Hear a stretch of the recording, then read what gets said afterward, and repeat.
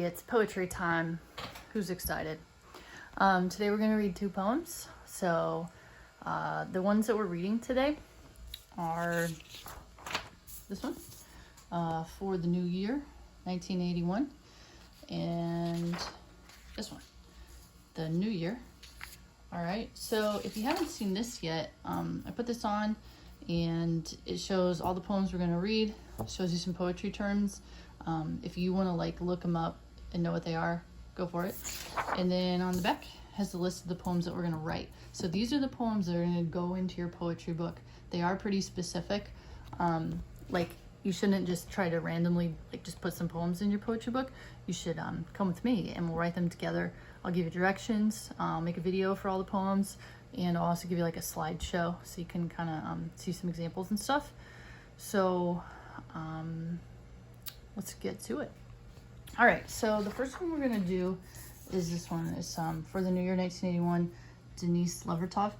Before we read it, we gotta do a little gardening lesson because it makes it make more sense. So I'm a really bad drawer, as you know, but I know how to do gardening.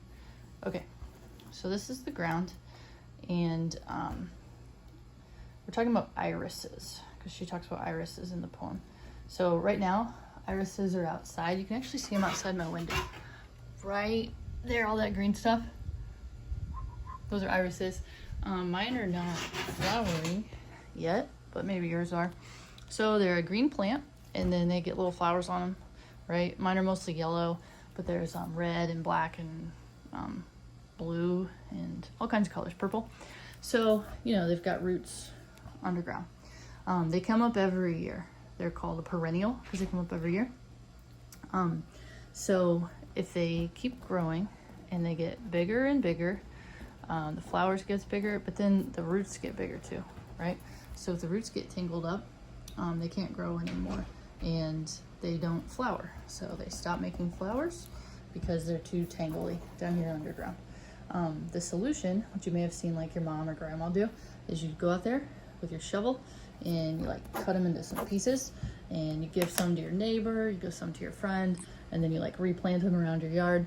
I actually did this already this year. I went out there and I dug up a whole bunch of them and cut them into pieces, and I put them back in a different part of the yard because they take over. Okay, so that'll help you understand the poem, right? So check it out. She says, this is Denise, right? And looking at the title, you can see she's writing it for the new year. She says, I have a small grain of hope, one small crystal that gleams clear colors out of transparency. I need more. I break off a fragment to send to you. Please take this grain of hope so that mine won't shrink. Please share your fragment so that yours will grow. Only so by division will hope increase. Like a clump of irises, which will cease to flower unless you distribute the clustered roots, unlikely source, clumsy and earth covered of grace. All right, if you're like me and you're a poetry dummy, you're gonna read that one time, you're gonna be like, what? I have no idea what's happening. And that's how I am too, because poetry's hard. So we're gonna go through it one more time. We'll go a little line by line, and I'll show you kind of what it means, and then I think you'll understand it more. Okay, so I'd like you to imagine in your mind her small grain of hope, okay? So I'm gonna represent it with this guy. He's my small grain of hope, okay? So here I am, I'm Denise. I've got my small grain of hope. So I have a small grain of hope, one small crystal that gleams clear colors out of transparency. I always think of the Pink Floyd Dark Side of the Moon record, where it shows the little crystal thing with the rainbow coming out of it. So she's talking about hope, and she's like, man, it's so good, it makes rainbows. And then she's like, I need more. I break off a fragment to send to you. So I take a little piece of my hope, I give it over there to somebody else. Please take this grain of hope so that mine won't shrink, right? Because first we just had mine, but now you have some too. So it's it's growing and not shrinking. And then she says, please share your fragment so that yours will grow. So I've got mine now, got theirs, and then they divided up theirs and they gave it to some other people too. So now 4 or 5 people have it, not just me. And then she says, only so by division will hope increase, right? We divided up mine, we gave it to other people, now it's increasing.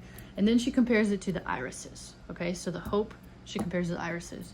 So she says the hope, like a clump of irises, which will cease to flower unless you distribute the clustered roots, right? Like we talked about, it won't flower anymore unless you dig it up and untangle the roots. The roots are an unlikely source because they're clumsy and earth covered of grace. So she's saying the ugly roots are actually the source of the pretty flower. And so she's comparing the flower to the hope. Okay, I hope that helped. I know it's hard to understand poems, especially on a video, but there's that one. Okay.